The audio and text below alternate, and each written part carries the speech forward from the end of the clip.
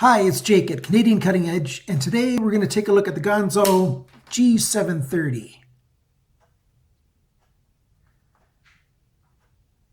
Let's bring you nice and close so we can take a look on the tabletop. Okay, here we are at the desktop. This is the G730 in orange. So if the name will focus for us right here, the blade, come on blade, camera, focus. It's right at the base of the blade there. There we go.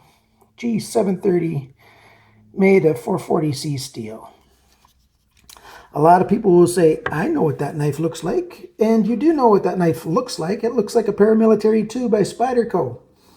But it obviously is not a paramilitary 2 by Spyderco. This is Ganzo looking at that fine, fine knife by Spyderco and saying, we want to mimic that nice knife. That thing's so good, we can't pass up on it. Let's make a version for ourselves. And there's absolutely nothing wrong with that. So here we've got this thing. Some people say that this is a clone. I think that word's the wrong choice of words for what this is. I call it an homage to Spyderco, or it's a mimic of Spyderco. Whatever you want to say there. It has some similarities definitely to the Spyderco, like just the general shape is definitely a lot like the paramilitary 2, but it's got a number of differences as well. I'm going to post a picture right now, full screen. I'll leave it on there for 5 seconds, so pause it if you need to and take a look at the differences.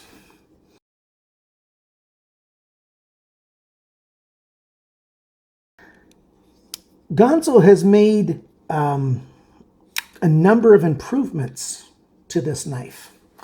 I like the grip better than just sort of the flat G10 that's on the Spyderco. But I like one other difference a lot, and it's a difference that to me is really important because I sharpen my own knives. So let's take a look at the blade here. I'm going to put my hand underneath it so it'll focus. Up nice and close. Okay. Right here, there is a sharpener's choil. At least that's what some people call it. Spyderco's knife, the cutting edge just goes straight to the end of the blade, and then there's a straight drop down. Why is this important? Well, if you're sharpening your knife, it's much easier to get to the end of the knife, end of the sharp edge, if there's a little choil.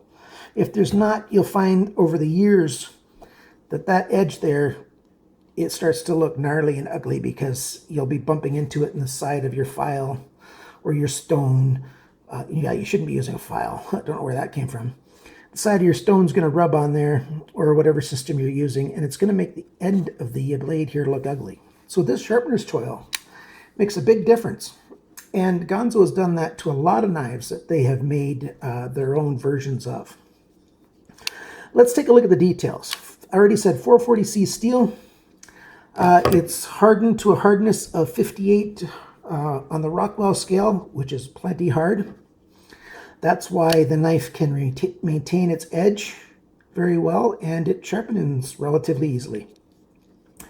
It's a very good basic knife steel. Nothing terribly fancy, but it's not garbage either. 9 centimeters of cutting edge is what you get. That's about 3.5 inches.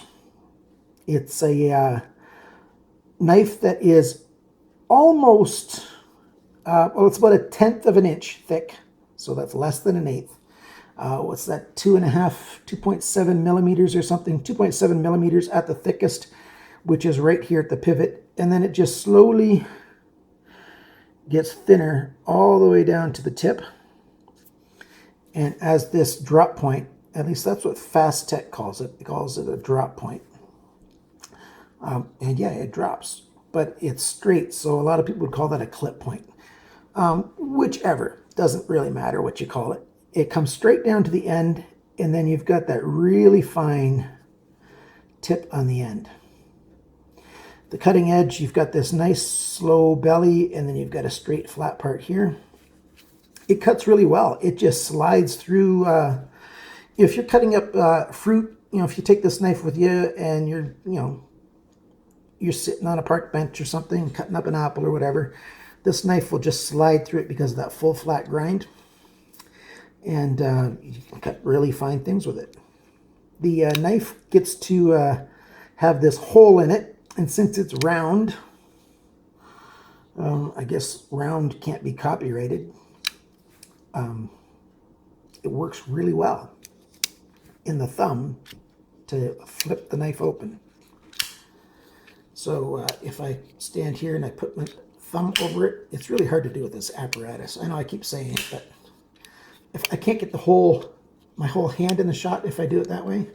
So I'm trying to flick it without getting away from the camera. Every other time I'm getting it.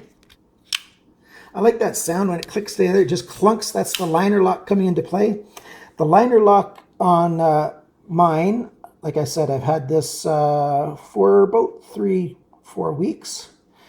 It's just over 50% locking, and there's absolutely no wiggle and no play. I've made zero adjustment to the pivot. On this one, I've not even oiled it. It's been very slick and easy, right straight from the package. The washers on it are, one of them is brass and one of them's a nylon washer, as we commonly saw.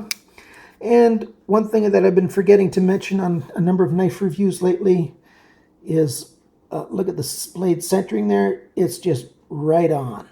Maybe slightly, well, it depends on how I'm holding the knife. It's just right down the middle, just like it should be. Ooh, that was a good one. We've got G10 scales. The G10 is milled out with this nice sort of random pattern all over the place. You can see it really good on this side with the clip out of the way. We've got a pillar construction, and notice those pillars got those steps on them, so they look good. You've got 2 pillars and the pivot that are holding everything aligned. Huge lanyard hole that'll take, double-sized paracord if you had it. I mean, you could double it up through there. This choil where the lock release is very smooth, no sharp spots, no hot spots when you're holding it nice and tight. It's really easy to activate the liner lock release. Easy to activate the liner lock release and then redeploy. There we go. What I really like is when I'm doing delicate work on this knife. We've got this 50-50 choil, so 50% blade, 50% chassis of the knife, the liners and the G10, and it's perfectly smooth in there, so it's really comfortable on your finger. The Spyderco version has a really fine jimping on there, on the blade side. I'm not sure how comfortable that is. It might be just great. I've seen a lot of fine jimping on a few of my knives, and it's very comfortable.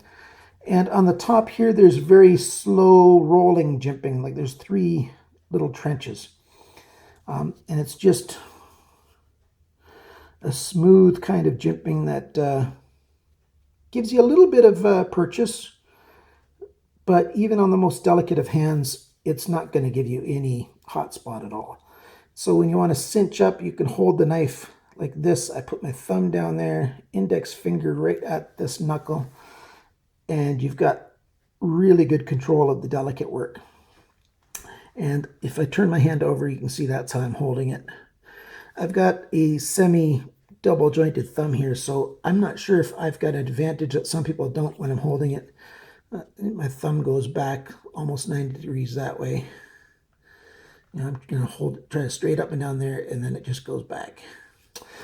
That gives me, it's really comfortable for me. Hopefully it's comfortable for everybody else this way. And then you've got, on the other side, you saw this choil with the liner lock right there. That's the main index finger.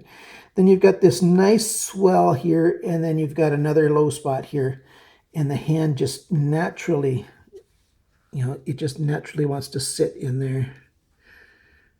I've got a large size mitten, you know, and it fits really well in my hand. Someone with extra large hands is still going to find it fitting well with basic gloves, unless they're really heavy gauntlets or something.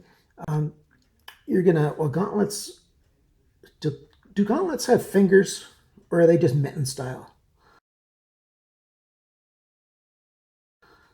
I don't remember. Anyway, it's got a lot of room here. Another great advantage that I like on this knife is this clip. This clip is nice and strong. It's got just a gentle little dip in here, and you know it clips under your pants really well in your pocket. Doesn't do any damage. Doesn't have too much traction with the G10 that it's hard to pull out. But the big thing is you've got a 4-way option to mount the clip. So it's fully ambidextrous, tip up, tip down, left and right, and that's great. If you're choosing the tip down version, you're going to get a very deep carry. Because there you see it, this nice rounded edge on that end of the clip. It fits right across there. And although you do have a little bit of this spot here that rides down, so your pants will end up roughly there where my thumbnail is. So you'll have like, less than 1/4 of an inch showing. And if you've got the black version or the camo version, it'll be really hard to see, except for the shiny, silver clip. It'll be hard to see in your pocket. This is a common clip for Ganzo. I'm not sure if I've got a knife that has it in black, but if it does, you could always swap them around. What else do we want to say about this knife? It is about 4 3/4 inches long when it's closed. It's about 8 1/4 inches long from tip to the base when it's open. It's hey, I think that's about all there is. No, I wanted to also tell you that it doesn't weigh an awful lot, 129 ounces, which is 129 grams, which is 4.5 ounces. But there's no skeletonization on the liner at all. And so they could have saved a little bit of weight if they would have done that. So if you've got a little bit of a shop and you can work on your own tools, you could take this thing apart and you could drill some holes in the liner and make it even lighter. You can do whatever you want to. It's your knife. Okay, so the prices are volatile. I bought this thing in March, end of March, for $14.34 at GearBest, US dollars. Right now, GearBest has it for $17.08. That's for all the other colors except for orange. In the orange, it's $16.74. If you use the coupon code GDGB, and I'll put it in the description below, you get 8% off. That makes it $15.71 for the orange one.